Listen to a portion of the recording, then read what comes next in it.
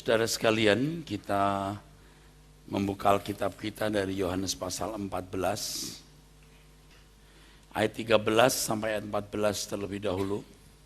Dan apa juga yang kamu minta dalam namaku, aku akan melakukannya, supaya Bapa dipermuliakan di dalam Anak. Jika kamu meminta sesuatu kepadaku dalam namaku, aku akan melakukannya. Saudara, ini satu dari beberapa ayat yang mengajarkan kita berdoa dalam nama Tuhan Yesus Kristus.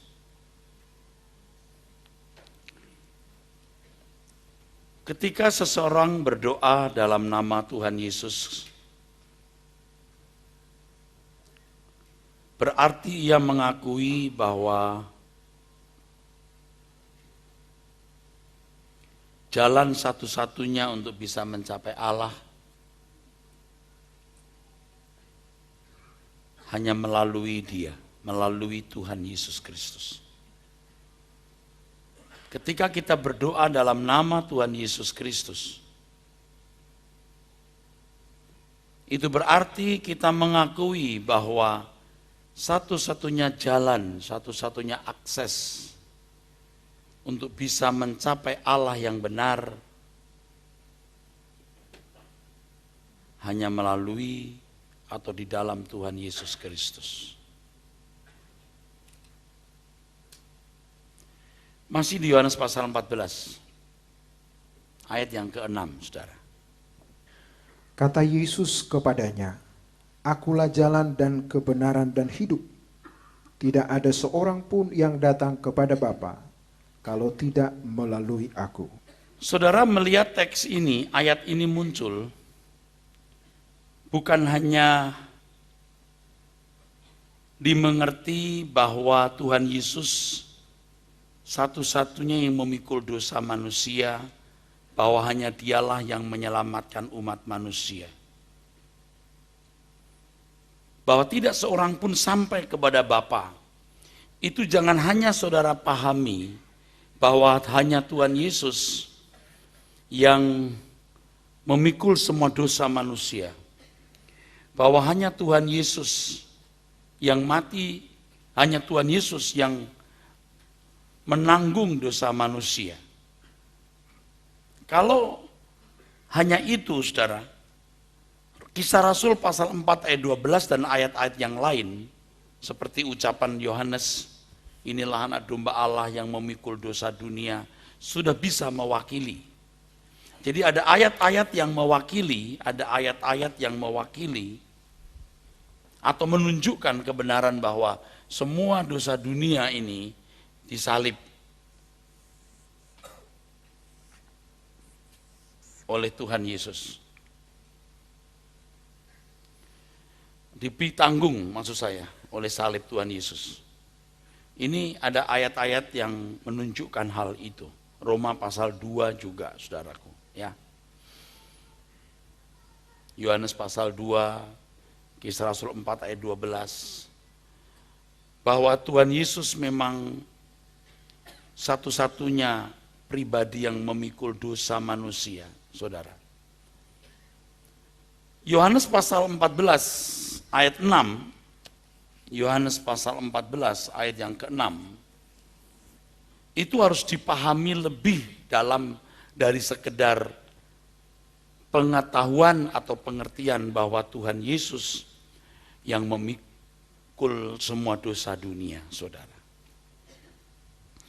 Yohanes pasal 14 ayat 6 harus dipahami dengan benar. Ini ayat adalah ayat yang sangat eksklusif. Ini ayat hanya untuk orang percaya. Bahwa keselamatan hanya ada dalam Tuhan Yesus Kristus.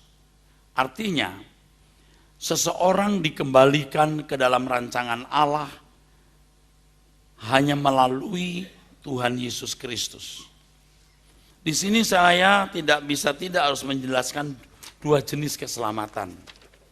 Ya, dua jenis keselamatan. Saya pinjam kata keselamatan, saudaraku ya. Dua jenis keselamatan.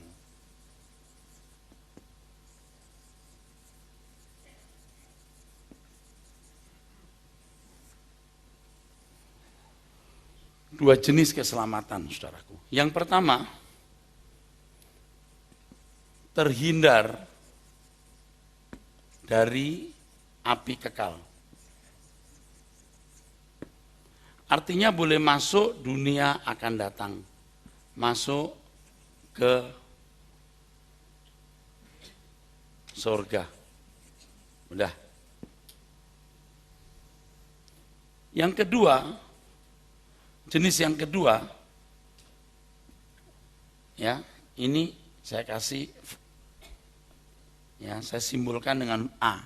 A, sama, plus ada lagi B-nya.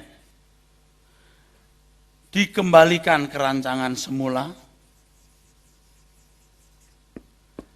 dikembalikan ke rancangan semula.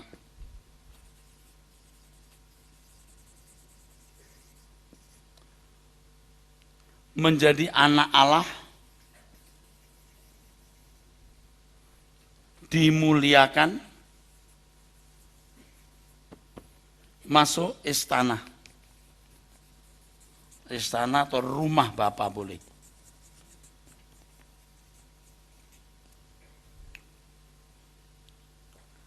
Ini berbeda. Ini berbeda, saudaraku. Ini orang-orang yang tidak pernah mendengar Injil atau mendengar Injil yang salah. Tuhan Yesus mati untuk mereka juga. Tuhan Yesus mati untuk mereka juga. Karena kematian Tuhan Yesus di kayu salib itulah maka penghakiman menurut perbuatan bisa dilakukan. Kalau Tuhan Yesus tidak mati di kayu salib, semua manusia meluncur, api kekal, tidak ada hambatan sama sekali. Tetapi dengan manusia, maksud saya dengan Tuhan Yesus mati di kayu salib, dia memikul semua dosa dunia, maka penghakiman kepada setiap orang bisa dilakukan, sehingga orang bisa masuk, dunia akan datang. Tetapi orang percaya itu, saudara, bukan hanya masuk surga, ini A ini, tapi juga dikembalikan ke rancangan semula sejak hidup di dunia, menjadi anak Allah. Kalau di penjelasan saya yang saya tulis, menjadi orang-orang yang memiliki karunia sulung roh, dimuliakan, masuk istana atau sama dengan rumah Bapa. Itu beda, saudara. Itu bedanya. Jadi kalau ini cukup ada ayat Kisah Rasul 4:12, Yohanes pasal 2 dan beberapa ayat yang lain bahwa memang Tuhan Yesus mati di kayu salib menanggung semua dosa manusia, dari dosa Adam sampai dosa manusia terakhir. Katakan amin. Itu di sini.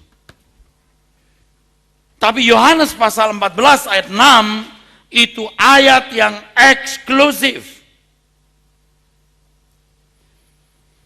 Kalau kita memperhatikan percakapan Tuhan Yesus dengan murid-muridnya di Yohanes pasal 14 tersebut, tadi sengaja saya mulai dengan ayat 13-14 supaya Anda tahu bahwa ini konteksnya masih dalam doa dalam nama Tuhan Yesus. Anda jangan pikir saya sedang menyimpang kemana-mana atau memaksakan satu ide, saudaraku.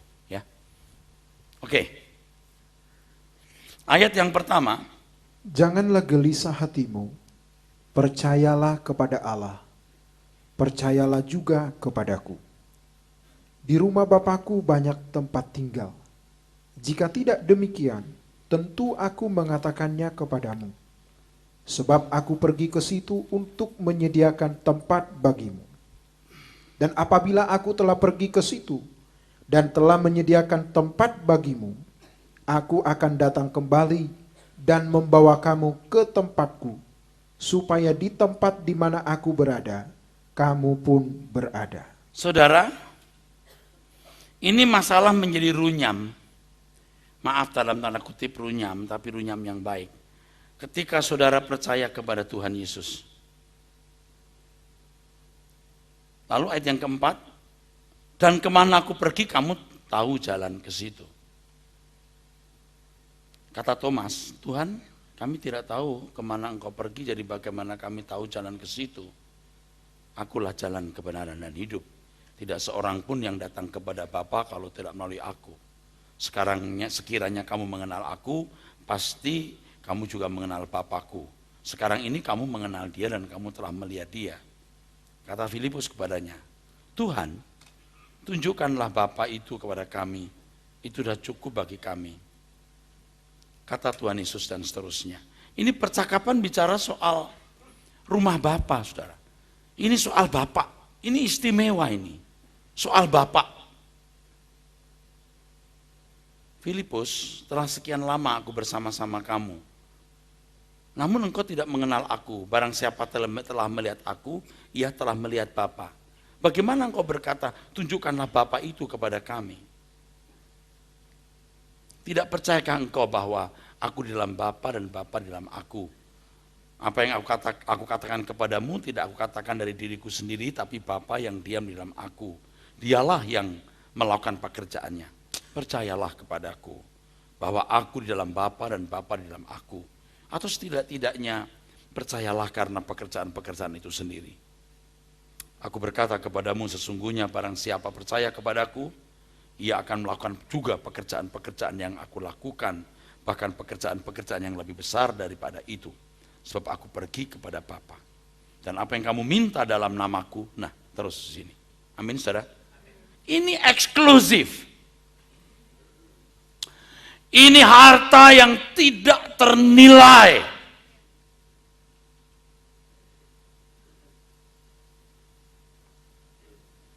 Ini tidak bisa dipadankan dengan apapun.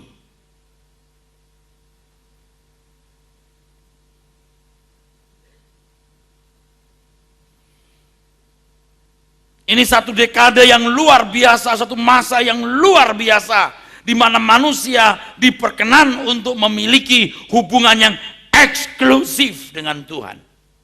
Dengan Allah, semesta alam, yang selama itu menjadi misteri besar. Bahkan bagi orang-orang Yahudi sendiri yang disebut umat pilihan Allah, yang memiliki dekalog 10 perintah Allah di atas 2 loh batu yang diukir oleh jari Tuhan sendiri. Bahkan kepada bangsa Israel yang disebut umat Allah, yang telah menyaksikan dengan mata kepala sendiri keajaiban-keajaiban yang Allah semesta lakukan, mereka tidak bisa menemui Allah. Hanya imam besar, itu pun setahun sekali. Tetapi sekarang untuk semua orang yang percaya, mereka boleh bersentuhan dengan Allah semesta alam itu.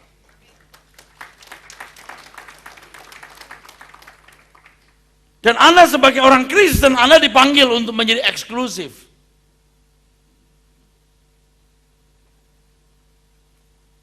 Kalau saudara menjadi orang Kristen hanya sekedar jadi orang baik, di dunia diberkati dan mati terhindar dari api neraka, Anda salah mengerti, Anda salah memahami sebagai orang Kristen.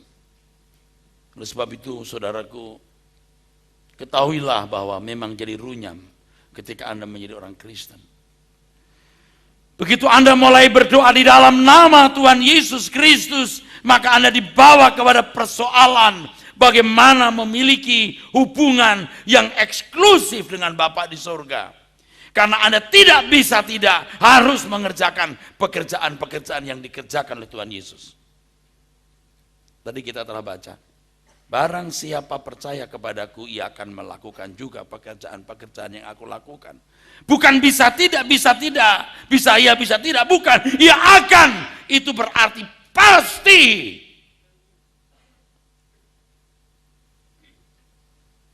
Jadi memang gereja bukan tempat untuk hanya main-main, saudaraku. Gereja bukan tempat untuk main-main. Gereja untuk orang serius mencari Dia, dan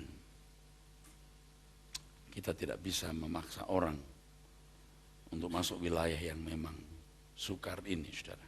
Ya. Tapi saya ingatkan bahwa hidup kita itu singkat, saudara, sangat singkat.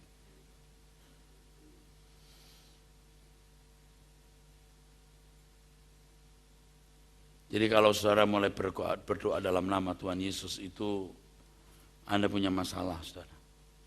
Jangan diputar balikkan dengan nama Tuhan Yesus Kristus, akan permintaan kita lebih mudah dijawab. Kita bisa mengatur Tuhan. Kita mendapatkan kesaktian untuk melakukan hal-hal yang ajaib. Anda memiliki hubungan yang eksklusif. Dan hubungan itu akan nampak atau ditunjukkan dengan warna hidup, sikap hidup, isi hidup. Anda akan meneruskan karya keselamatan Allah ini. Bagaimana Anda jadi corpus delicti. Nanti saya beritahu kepada saudara. Ketika seseorang berdoa dalam nama Tuhan Yesus Kristus, ia memiliki panggilan untuk sampai kepada Bapa, memiliki kualitas yang bisa diajak berinteraksi sebagai sesama dewasa, berinteraksi sebagai pribadi yang dewasa, berinteraksi sebagai pribadi yang bisa nyambung dalam kesucian, dalam kecerdasan, dalam visi.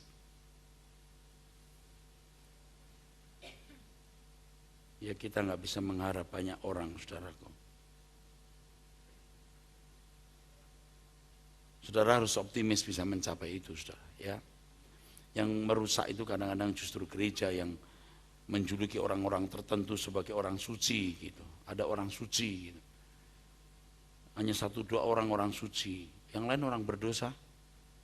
Nggak ada Alkitab begitu, nggak ada Alkitab begitu, nggak ada. Semua orang-orang kudus. Kamu imamat yang rajani bangsa yang kudus. Semua imam-imam bisa mencapai Tuhan.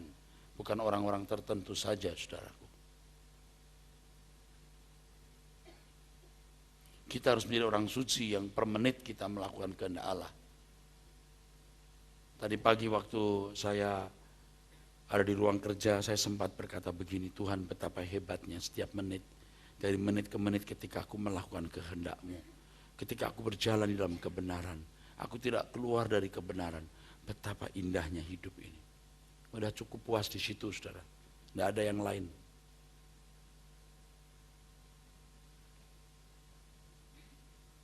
Tidak ada yang lebih indah dari ini. Jadi pendeta nggak hebat, gereja besar nggak hebat, jumlah jemaat banyak nggak hebat, jadi orang kaya nggak hebat. Orang terhormat nggak hebat, berpangkat tinggi nggak hebat, berkekuasaan, jabatan tinggi nggak hebat. Yang luar biasa kalau orang hidup di dalam kehendak Allah dan melakukan kehendak Tuhan.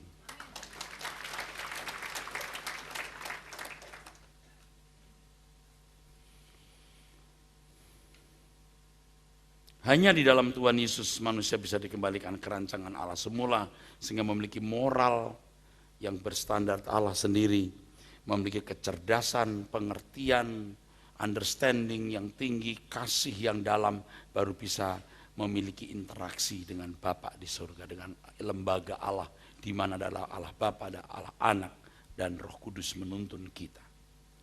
Yohanes pasal 17, Injil Yohanes 17, saudaraku. Ayat 21 mengatakan demikian. Supaya mereka semua menjadi satu, sama seperti Engkau, ya Bapa, di dalam aku, dan aku di dalam Engkau, agar mereka juga di dalam kita, supaya dunia percaya bahwa Engkaulah yang telah mengutus aku. Ya, ini kan persekutuan yang hebat, saudaraku. Saya sendiri kadang-kadang juga tidak percaya. Betul, seperti tidak percaya gitu. Kurang yakin, sehebat inikah panggilan menjadi orang Kristen? Sehebat inikah panggilan jadi anak Tuhan? Sehebat inikah peluang menjadi anak Allah yang bisa menyatu dengan Dia?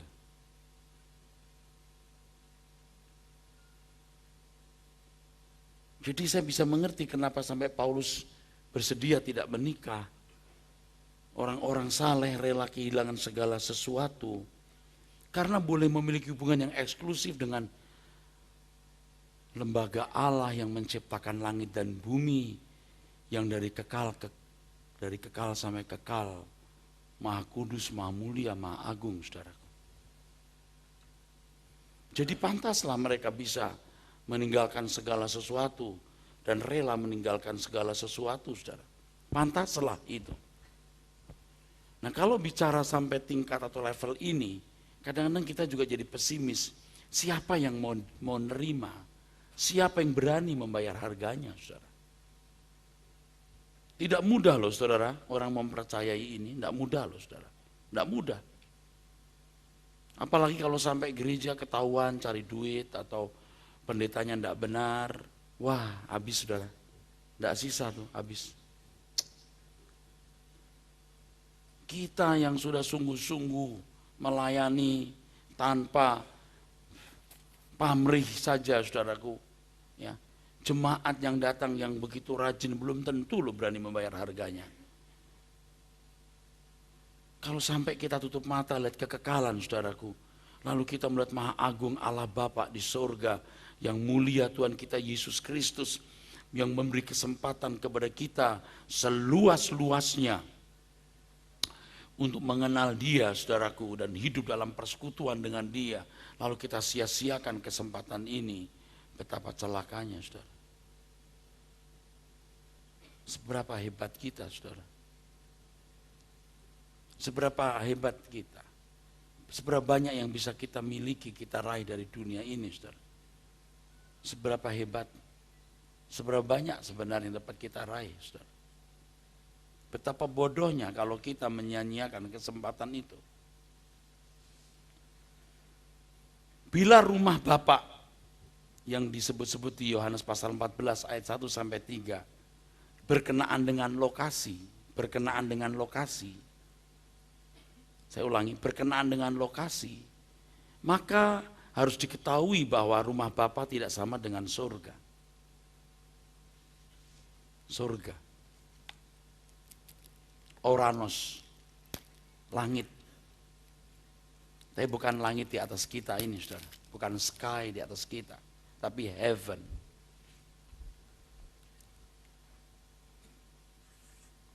Oranos. Dalam bahasa Ibraninya samayim. Sama itu tunggal, yim itu jamak. Ini sebenarnya maksudnya jagat raya tanpa batas.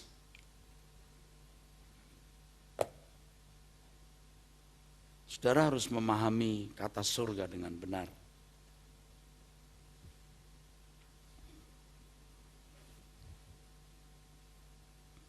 Rumah Bapa pasti di surga, di luar bumi kita. Pasti. Tapi bukan berarti semua orang yang masuk surga atau dunia yang akan datang bisa sampai ke rumah Bapa. Rumah Bapa pasti di surga. Tapi orang masuk surga belum tentu boleh masuk rumah Bapa. Rumah Bapa menunjuk tempat eksklusif, istana. Dan di dalam Wahyu pasal 21 disebut sebagai Yerusalem. Ada ibu kota, ada istana, saudara. Jadi ada kitab kehidupan. Setiap orang akan dihakimi menurut perbuatannya. Tapi ada kitab kehidupan anak domba. Yang hanya orang-orang yang hidup seperti anak domba. Yang namanya tertulis di dalam kitab itu.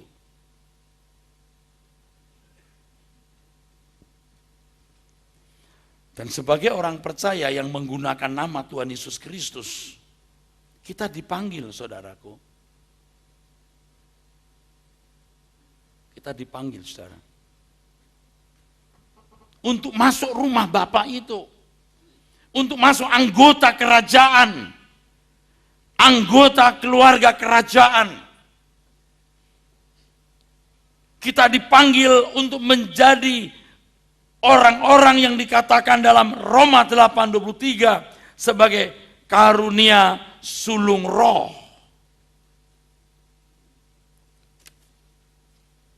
Ada orang-orang yang disebut memiliki karunia sulung roh. Orang-orang yang akan menjadi teladan-teladan di dalam kerajaan Allah Bapa di sorga. Jadi sementara orang-orang yang dihakimi menurut perbuatan ini masih banyak yang belum sempurna masuk ke dalam dunia akan datang. Tapi karunia sulung roh, orang-orang yang punya karakter seperti Tuhan Yesus yang akan jadi teladan-teladan, yang akan mendidik dan memerintah dan menjadi teladan mereka. Kitalah orang yang dipanggil itu. Jadi kalau kita menggunakan nama Tuhan Yesus Kristus, maka sesuai dengan yang saya jelaskan dalam 2 kali pertemuan sebelumnya, tidak boleh kita gunakan untuk kepentingan kita sendiri. Lalu siapakah orang yang bisa, saudaraku sekalian, hidup bukan untuk kepentingan diri sendiri, kalau bukan orang-orang yang disempurnakan dalam Tuhan Yesus Kristus. Jadi orang yang menggunakan nama Tuhan Yesus Kristus itu orang yang dipanggil sempurna. Dan saya ngomong begini seperti orang yang frustasi dan agak putus asa. Sebab untuk menjadi orang yang sempurna itu mustahil. Tapi kalau kita sungguh-sungguh, Alkitab katakan tidak ada yang mustahil bagi Tuhan. Saya tawarkan, kebenaran itu seperti ini. Saya tidak mengurangi, saudara. Saya tidak menambah-nambahi. Kalau Anda berkata, ya Pak, tapi kan semua orang beda. Semua orang pasti beda. Nggak semua orang sama. Memang nggak semua orang sama. Tapi tujuan hidup Kristenan sama seperti ini yang Tuhan ajarkan. Kalau ada yang mengajarkan yang lain, kata Paulus bukan saya, terkutuklah dia. Sekalipun dia malaikat, terkutuklah dia. Anda bisa pakai baju bagus, Anda ganteng. Anda bisa pakai pakaian bagus, model bagus, Anda cantik dengan segala perhiasan. Tapi semua itu hanya 70 tahun.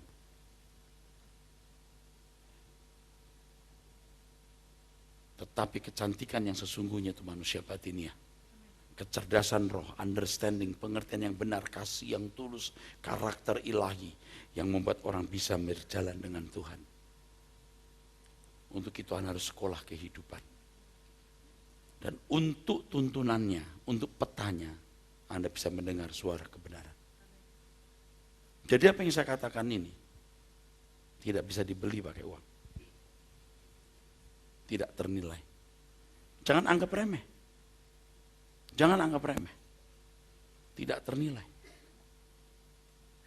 Tapi saya juga harus berpikir realistis bahwa memang banyak yang dipanggil, sedikit yang dipilih. Saya harus berpikir realistis, tidak semua orang yang berani membayar harganya, saudaraku. Adalah bodoh kalau saudara tidak berani membayar harganya. Adalah bodoh. Bodoh sekali.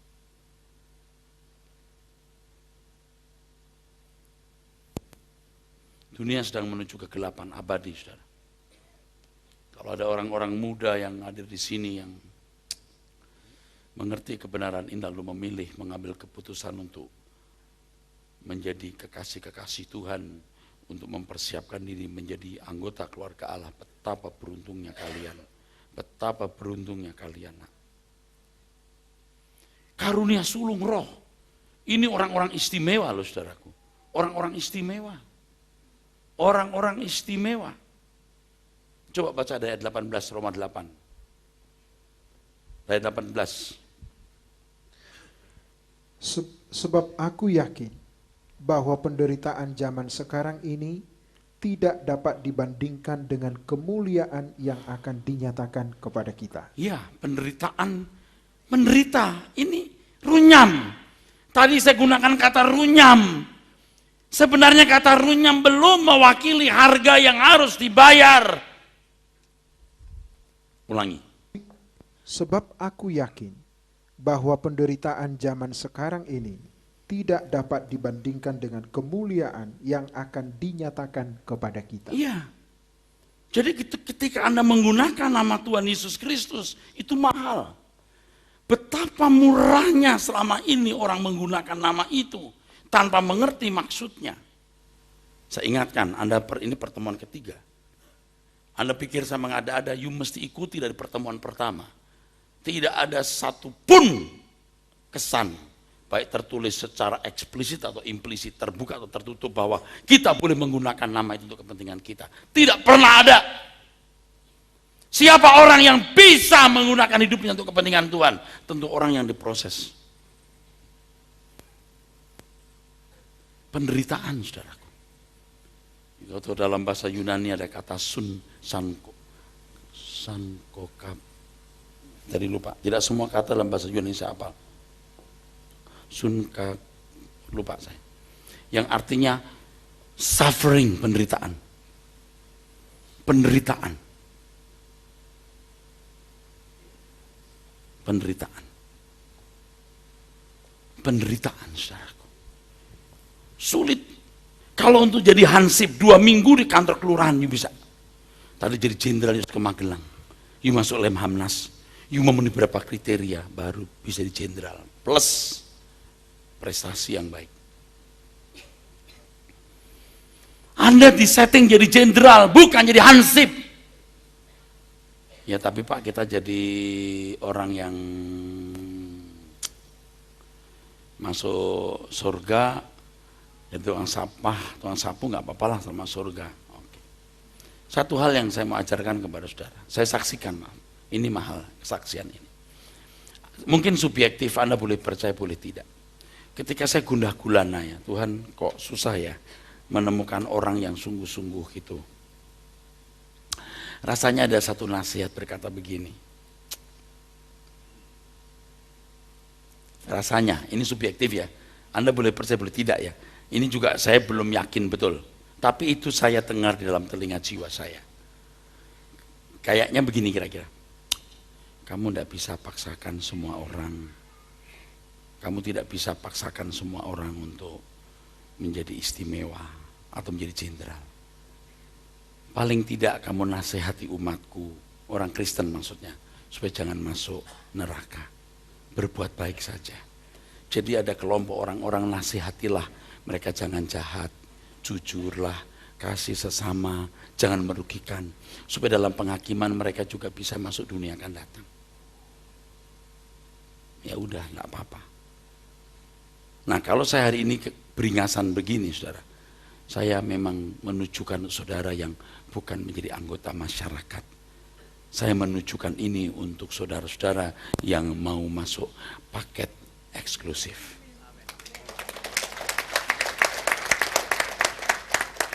Saya juga realistis bahwa saya tetap harus menasihati orang supaya Anda paling tidak masuk neraka. Tetap ada.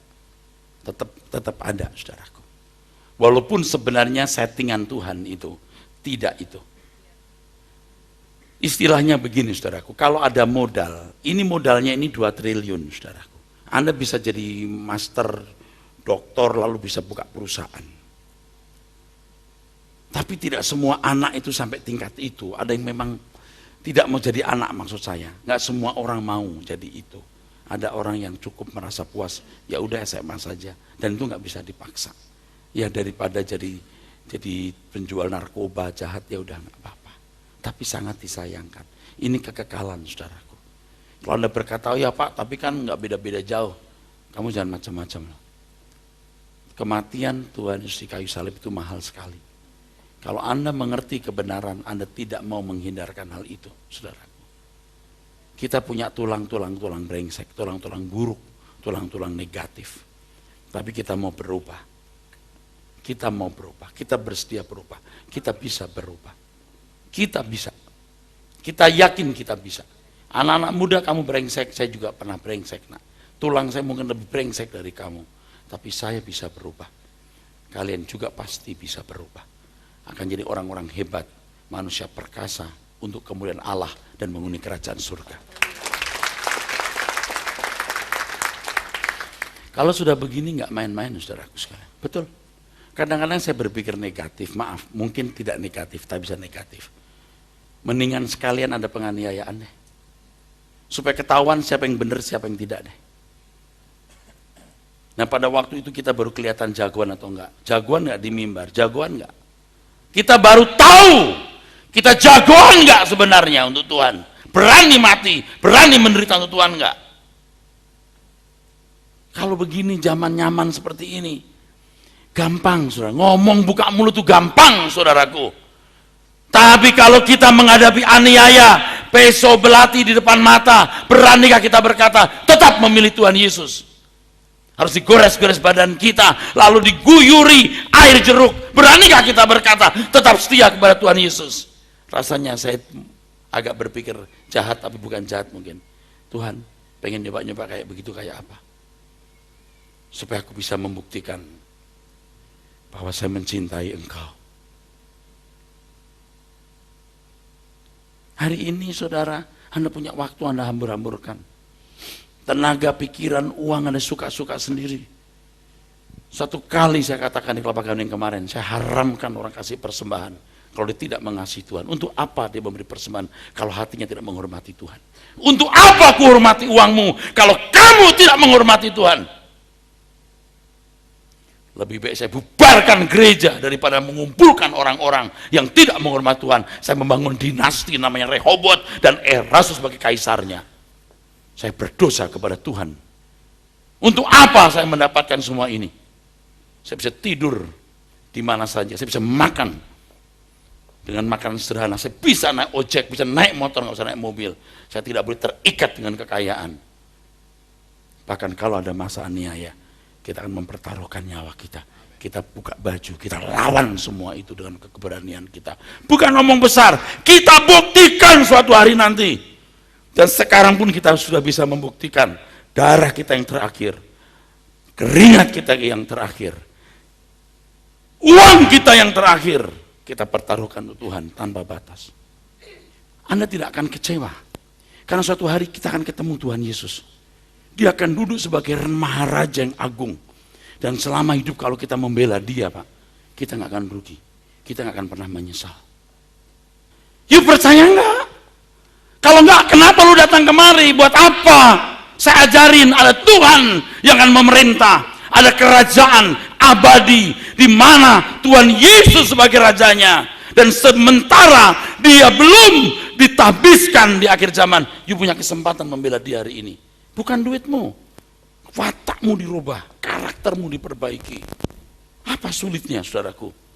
Apa ruginya? Kalau nanti nggak ada gimana, Pak? Nggak rugi juga. Tapi tidak mungkin nggak ada kehidupan di balik kematian. Kalau konyol-konyol nih saya bilang ini, tanya Kwamnya, tanya Kwamnya. Kalau orang mati masih sadar nggak? Tanya. Roh itu sadar, ngerti nggak? Tanya itu Kwamnya. Semua suku juga punya pengalaman bahwa orang hidup, orang mati itu masih punya kesadaran. Ya tapi nggak lama. Oke nggak lama. Kalau lama gimana? You punya mobil belum tentu hilang aja, you asuransi kan gimana sih lo?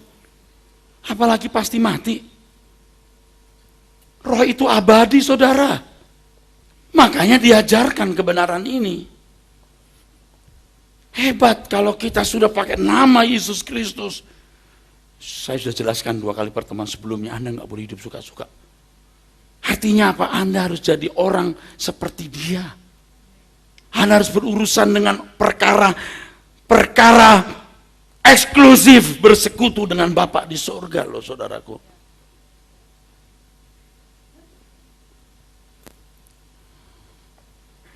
Saya ingatkan pengurus, kamu jangan hanya sibuk pelayanan di gereja, harus bertumbuh dalam kebenaran. Jangan jemaat bertumbuh, pengurus nggak bertumbuh. Bacotnya masih jahat, mulutnya nggak benar. Jadi sampah abadi kalian nanti. Ini pendeta-pendeta, hamba-hamba Tuhan, semua anak-anak Tuhan di sini, jangan main-main dengan hal ini. Kita serius dengan Tuhan.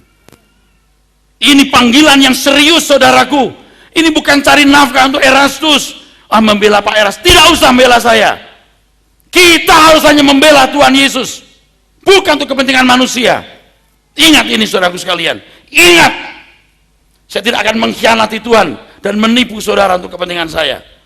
Satu, yang pertama, robah karaktermu, robah watakmu, jaga mulutmu, kuasai emosimu, jujurlah, hidup benarlah. Itu dulu, bukan yang enggak. Bukan ayo kita jadi pendeta, ayo kita melayani jadi pengurus. Enggak dibutuhkan, enggak perlu itu. Hidupmu benar dulu aja. Sayangi itu pasangan sebelahmu itu. Jadi contoh untuk anak-anakmu. Itu dulu. That's it, no more. Apa sih sulitnya, saudaraku sekalian? Ayo. Ini soal kekekalan, soal dahsyat ini, saudaraku sekalian. Soal hal yang luar biasa, yang enggak bisa hahaha. Boleh khotbah lucu-lucu, boleh. Kali saya harus bicara keras. Anda mau jadi apa hidup ini? Mau ngapain? Kalau misalnya jemaat tidak menjadi 6.000, 5.000, hanya 600. 600 korpus delikti saya terima. Mau apa? Mau apa banyak-banyak kalau orang nggak benar? Mau ngapain? Capek-capek kita ngurusi orang-orang yang akhirnya nggak dikenal Tuhan. Mau apa? Kita diperbudak orang-orang itu? Gila gue diperbudak. Ngurusin orang-orang yang akhirnya tidak masuk surga. Aduh, nggak mau. Kita mau ngurusi orang-orang yang mau masuk kerajaan surga jadi keluarga Allah. Ya nggak Pak? Kalau nggak mau ngapain gua urusin? Ya nggak Pak? Kasih kolektor, gua nggak butuh punya kolektor lo. Waduh, capek deh. Saya ngomong gini maksudnya bukan untuk menyombongkan diri. Saya ngomong gini maksudnya adalah percayalah bahwa ini kebenaran yang harus Anda hargai, Anda turuti demi keselamatan saudara. Haleluya! Karena sudah hampir nggak ada orang khotbah segila ini. Mungkin ada tapi saya belum pernah lihat lagi. Dan saya rindu Anda jadi orang gila semua di mata dunia tapi waras di mata Tuhan. You harus bicara kepada dunia. Haleluya! Anda harus berbicara kepada orang lain seperti saya berbicara. Nadanya bisa beda, isinya tetap sama. Hidup ini singkat, mau apa kita hidup? Kasih tahu teman-temanmu. Jangan cengah-cengis pergi ke tempat pelacuran, cengah-cengis main judi, mau apa? Main togel.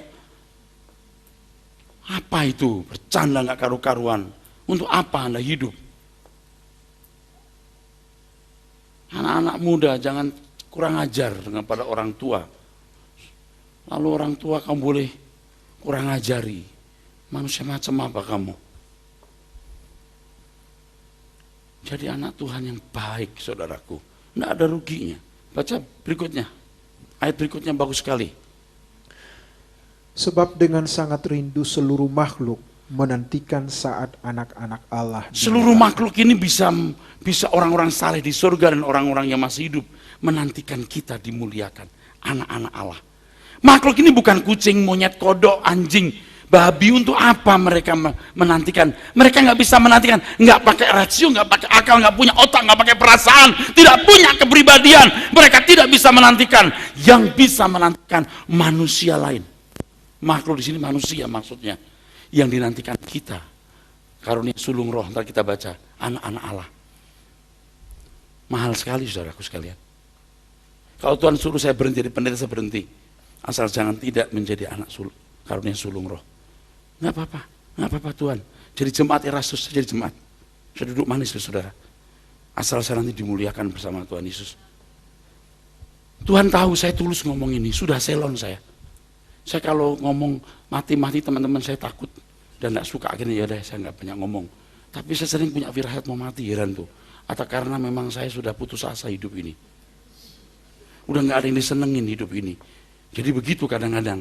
Memang gak boleh itu. Kata orang Cina itu si itu bahaya. Tapi kalau saya si itu bahagia. Sekarang kita mau senang seberapa? Makan, minum, seks. Makan, minum, kekayaan. Macam apa?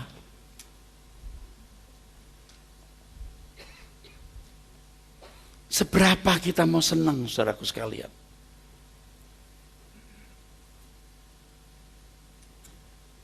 Saudara mengerti apa yang saya katakan? Anda mau berubah? Biar Tuhan bahagia melihat kita berubah. Kalau dikatakan malaikat di surga bersorak-sorai, itu bukan orang masuk gereja ngaku bertobat. Orang yang dalam hatinya sungguh bertobat. Yang meninggalkan percintaan dunia baru buat Tuhan sukacita. Amin, saudara. Nggak ada kesenangan hidup ini kecuali melayani Tuhan. Sungguh. Melayani Tuhan pun bukan sibuk ya, punya organisasi, bangun gereja, ayo kita rame-rame bikin acara. Udah lewat kita, bro. Amin, saudara. Amin. Hidup ini jadi luar biasa indah kan? Iya. Ini baru Kristen yang benar tuh begini, saudara. Nggak jelimet, nggak ribet, tapi sulit. Ada yang jelimet tapi gampang, enak, aneh ya. Ini sederhana tapi berat, tapi ini benar, saudara. Oke, ingat ya, bapak-bapak yang galak-galak, yang main tempeleng istri, bertobat kamu. Kalau kamu jagoan lawan tuh monyet Ragunan. Kalau masih kurang kuat lawan simpansenya. Ayo berubah, jangan macam-macam. Itu mulut yang jahat kalau maki-maki istri, bentak-bentak, cepat sini. Di depan orang juga begitu. Awas loh. Nggak pantas jadi anak Allah begitu. Istri dibentak-bentak, dulu dikejar-kejar. Sekarang udah dapet dibentak-bentak. Ibu-ibu juga. Jangan menganiaya suami. Kadang-kadang istri itu ya mulutnya itu menyakitkan loh. Sampai suami suka bohwat-bohwat loh. Aduh, pada waktu baru kawin aja sayangnya kayak apa. Papi mau makan apa? Semua makan kesukaan suami dimasakin. Begitu udah 2 tahun, 3 tahun, 4 tahun, 5 tahun, itu bini terus bikin resep, terus jajalin resep, nyobain resep, nggak ada yang jadi. Terus dia masak makan yang disukai sendiri, pete mentah, jengkol. Tahu suaminya nggak suka, tapi ya udah suami cuma diem aja gini. Manyun sambil nyanyi gini, kemesraan ini mengapa cepat berlalu. Waduh, waktu lagi baru-baru kawin, waduh suaminya, papi kapan pulang? Udah sampai di mana? Waduh, begitu pintu gerbang dibuka langsung, udah dibuka pintu depannya, wah suami datang disambut, sudah siapin sendal, anjingnya kuk. Waduh, aduh, begitu udah 2-3 tahun, anjingnya yang gigit sendal, istri yang guguk.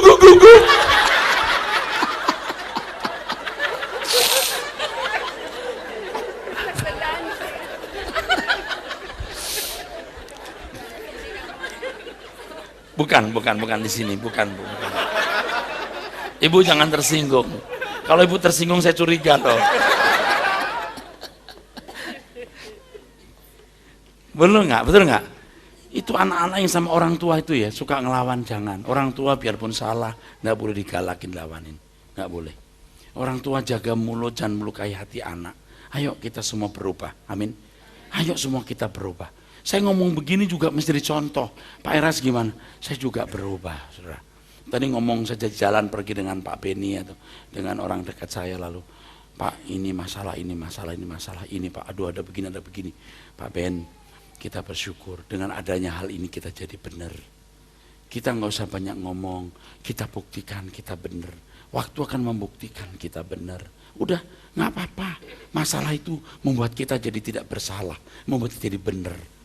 Ada orang-orang baik yang disalahkan, ya udah biar diam aja, biar waktu membuktikan. Begitu saudaraku sekalian. Ya, makanya saya akan ngomong terus saudara, dan saya akan merubah diri saya juga, merubah diri saya. Ya, bahkan ketika kita nggak salah kita harus minta maaf atas apa yang tidak kita lakukan atau bukan kesalahan. Ya udah kita minta maaf.